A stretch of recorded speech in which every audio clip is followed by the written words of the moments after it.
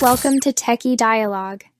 In this video, we'll explain how to customize Firefox theme so you can personalize your browser and make it more comfortable to use. Step 1. Open Firefox and click the menu button with 3 horizontal lines in the top right corner. This opens the main menu where browser tools and customization options are located. Step 2. Click Extensions and Themes from the menu. This section allows you to control add-ons and visual appearance settings. Step 3.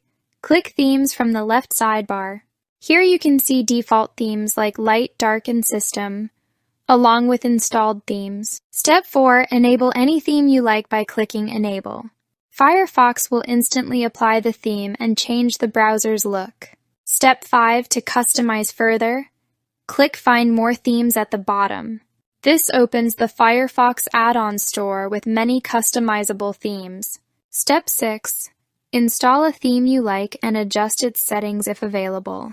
Your Firefox theme will update automatically to match your selection.